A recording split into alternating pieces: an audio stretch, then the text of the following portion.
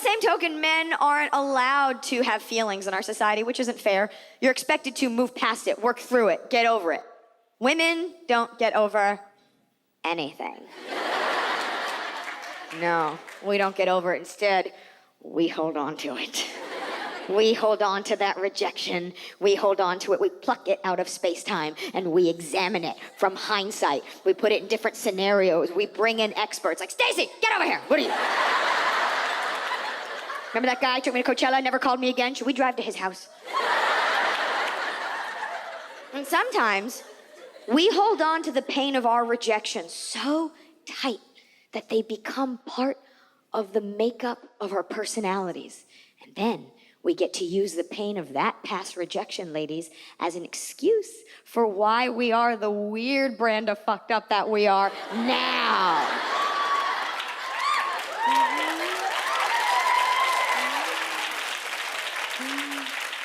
Yes, he broke up with me over breakfast and now I don't drink milk and I'm annoying. Like, it's always something. Every girl in here remembers almost every time she was rejected, because for women, it doesn't happen as much for men. And every girl, every human remembers the first time they were rejected. I'll go first, 4th grade. So, we were going to sit down for circle time. And I went and I sat by a boy I thought was cute, and he told me to go away. Now he's dead. Now I don't sit in circles anymore. But we cherish our rejections. They give us texture, they give us personality. And we take each one and we label it. We label each issue, each past grievance in its own mason jar. It's very rustic, pin it. And we put it into our sack of emotional baggage. Each one. He broke up with me because I slept with his brother. Well, they're twins. They should wear different colored hats or something. I was set up. And we put it into our baggage and we throw that baggage over our shoulder. And what do we do, girls? We then walk it into the new relationship. Yes. And the best part is, the new boyfriend has no idea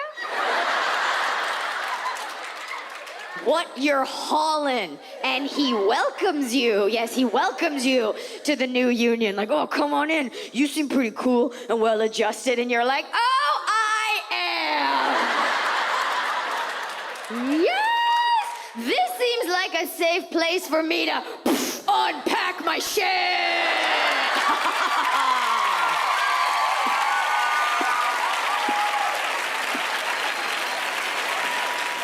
Another big part of the reason that women don't hit on men is because men typically don't find strong women attractive.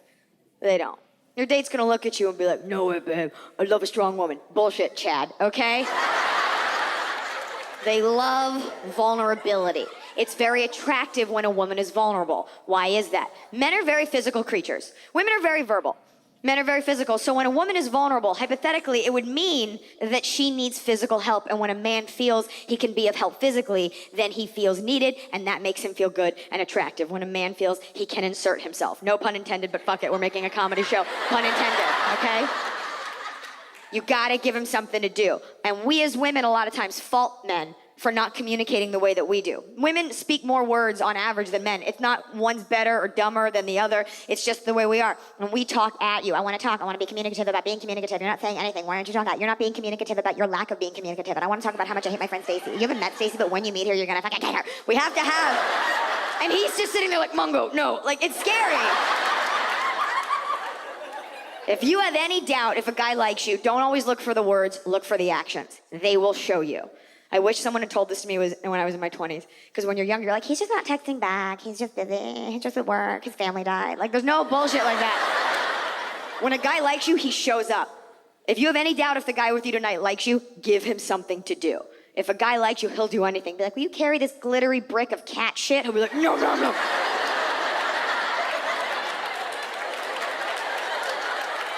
They're happy to do it. When a guy likes you, carrying your purse is an issue. They'll carry your bags if they're heavy. They'll put gas in the car if you don't want to deal. They'll check under the hood for the thing. I don't know, but they'll do that. It's very attractive when a woman is vulnerable and needs help, and that's historically always been the way it is. I didn't make that up. That's why the term is damsel in distress, not overly opinionated dyke who needs a fucking hand, man. That's why. If a woman can do it for herself, it's not as attractive. Let's put it this way.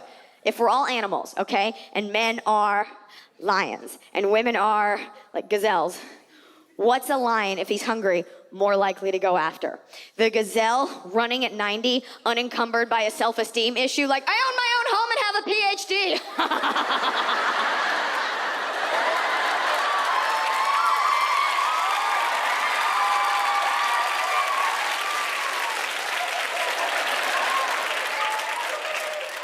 I enjoy witty banter. I just put a down payment on a boat and I don't hate my daddy. Onward!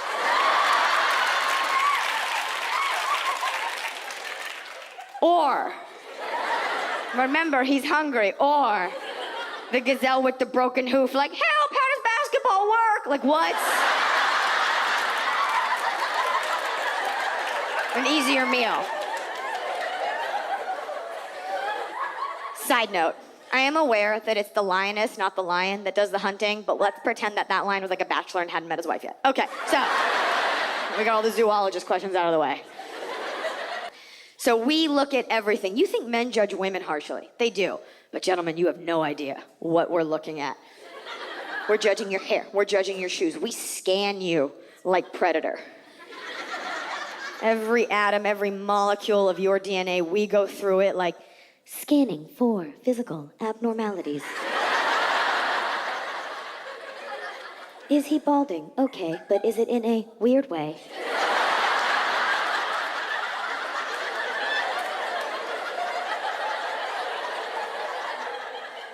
Is that a goatee? What's happening there?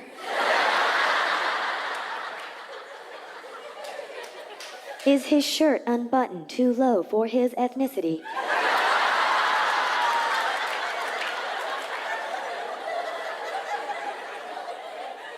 Is he wearing embroidered jeans? If so, is he a European male or just someone from Arizona? Like, we go through it. We go through it. We aren't looking to see if you're the hottest guy ever. Nay, we are merely assessing if you're 50% attractive enough that we want to put the effort into putting ourselves in your orbit so that in an hour after a drink or two, you, gentlemen, have the luxury of turning around and being like, oh, excuse me, I couldn't help but notice. And then we turn around like, really? That's it. Just setting it up for you to knock it down. And a lot of times, it's not that easy. A lot of times, we see a guy that we think is cute, and he doesn't notice us, so we have to make you notice us. A lot of times, we get our girlfriend to help us. Every girl's done this. There's a boy over there you think is cute. You're like, come here, come here, come here, come here, come here, come here, come here. Do you see that guy? The guy over there. Over there. Over there. Do you see him? Do you see him? Do you see that guy? Are you looking? Do you see him? Don't look. Do you see him? Are you looking? Is he looking? Is he looking? He's looking. He's looking. Start dancing. Start dancing. Start dancing.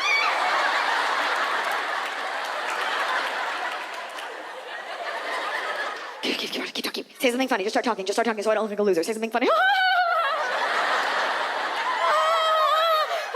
You're trying to put out this vibe that you're so carefree. Because you, and don't lie about this, you want him to look over and be like, oh, there will never be another. There has never been another. She is the one. You want him to be so taken. Oh, she looks like she doesn't need a man. So carefree. I'm so carefree. I don't use condoms. So effortless. If he was close, he wouldn't be hearing it. From afar, you want him to hear like, sports. If he were close, what he'd actually be hearing is your, like you're trying so hard. He's going to find you. He's going to see you at some point. There's only so many places in a room, a bar, a club that your eyes can fall. He's going to see you. This is the important part, girls, okay? You're out there. It's a competitive situation. There's a lot of girls. There's a lot of bars. He's going to look at you. That's your chance, okay? That's your chance. You only got one shot. It's like 8 Mile, but with flirting. Hopefully there's no vomit on your shirt. Maybe it's a good thing. Maybe we'll be like, oh, she parties. I don't know. You're gonna look over, the lights are going to reflect and refract, and they're gonna hit you both, and he's gonna see you, and that's your chance, ladies, to fucking stick it and pose like a peacock in heat that you are. Just,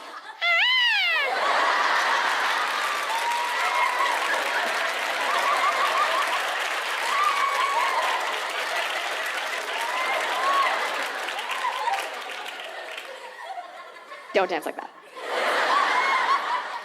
Little bit of insight to stand-up comedy and the risk and reward with choosing certain jokes. That joke is a risk because I realize not everyone here knows what a peacock sounds like. But for like the 12 of you that knew, it was so worth it for me.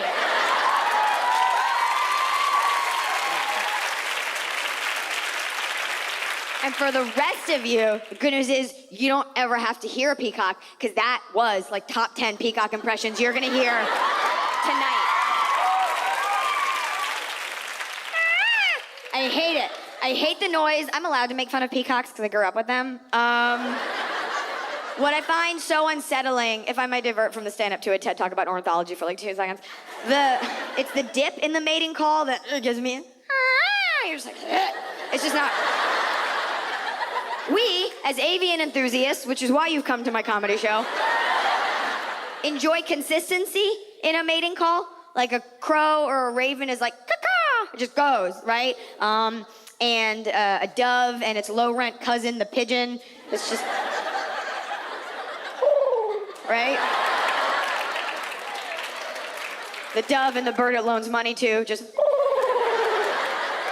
right? And we all know, like, a warbler goes like, I'm a warbler. I don't know.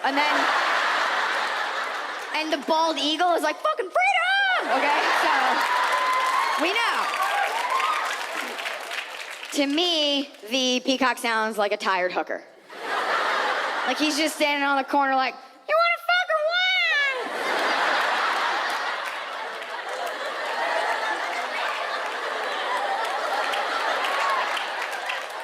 Already paid for the room. Another side note, I realized that a peacock is the male, and they're the ones with the beautiful plumage. A peacock that's a female is a peahen, and their colors are muted. So really, it's kind of a feminist joke because it's about a male prostitute. Okay, so. And there's an art, by the way, to the outfit you wear the first time a boy comes over to your place at night, okay? You don't want to wear what you wore during the day. You don't want to wear your work clothes. You don't want to wear your daytime clothes, because it's nighttime. What if that was the end of my show? I hit my head. You don't want to wear your civilian clothes, okay? Because you had a whole day, maybe you sweat in them, they're gross. However, at the other end of the sartorial spectrum, you don't want to go like super hardcore sexy. It's the first time a guy's coming over. You just want to relax. You don't want to just wear nipple tassels. Now, some women are like, wait a minute. I am the woman that has stood here before and will stand here in front of you again and let you know you can wear whatever you want. It doesn't give a man the right to put his hands on you, and no always means no. That's like a boilerplate agreement. Yeah. No means no. Kindergartners get that. I don't know why we forget that as adult males, but no means no. This is less about that and more about just being mentally kind to the other person. You show up in just that, the guy's gonna be like, oh my God, and the blood's gonna go from here to his dick, he's gonna impale himself, he's gonna sue you, and you ain't got no money. So, just be kind, because mentally it's like, oh, maybe she wants, I don't know, oh my God. It's frustrating.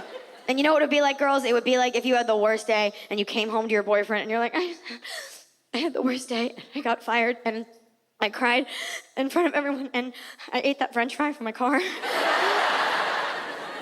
was just such a hard day. And your boyfriend's like, oh, babe, come here. Come on, you want to talk about it? And you're like, yeah. And he's like, just kidding, psych. That's what it would be like. So the question, if I can't wear my work clothes and I can't wear nipple tassels, what's a girl to do? There's an entire sort of intermediary, post-dinner, pre-bedtime apparel world, okay? There's a whole category of clothing that you as women have mastered without even realizing it. The category is called athleisure wear. This is an entire clothing category. It's a multi-billion-dollar clothing category predicated on the idea that as a woman, sometimes you don't have time to change when you're going from the boardroom to Pilates. There's no fucking way. You gotta be ready. Sometimes you're going right from spin to open heart surgery, and you gotta look good. That's the spin to open heart surgery. How about my bed to my couch? Like, what are you fucking talking about? So what is athleisure wear? It's like athletic apparel you wouldn't actually work out in, right? So it's yoga pants with like a racing stripe. You just race to your snacks. Sometimes it's like a complicated tank top. It's like not quite supportive. They're like, it's backless. I'm like, it's backless. What do? You don't wear a bra. I'm sorry, what the fuck did you just say? I don't wear a bra, so if the athletic part of athleisure comes into play and I have to run, it's just gonna be, no. My whole life, they've been pitching to me, it's a tank top, there's a shelf built in. Go fuck yourself, okay? I want a bra. I want a bra!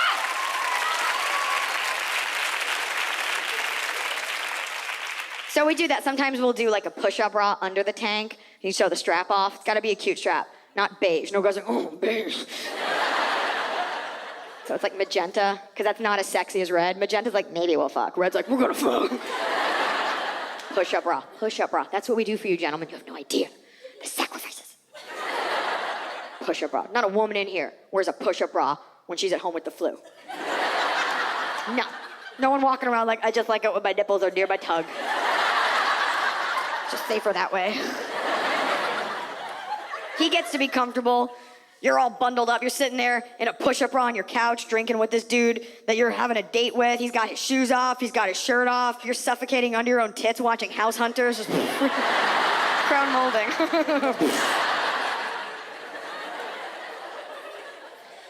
So you're all dressed up. You have a nice night. Maybe you sleep together. Maybe you don't. That's not what I'm interested in. What I want to talk about is the next morning when he goes to leave.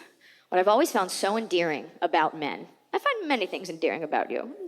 But you think we stay that put together once you're gone.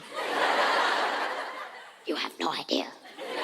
They have no idea what lies beneath. You have no idea that under the hair and the makeup and the lashes and the shelf and the bras, for every woman lies the beating heart of a hungry, exhausted, annoyed she-dragon.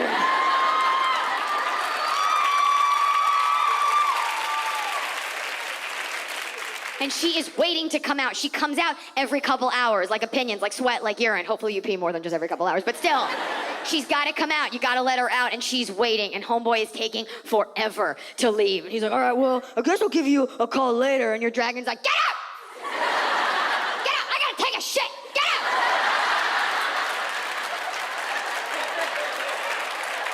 Get rid of him! I gotta go in that bathroom I share with another grown woman and take a Jurassic Thunder dump, mostly in the bowl, and then send him a picture like I'm doing something hot. Hey,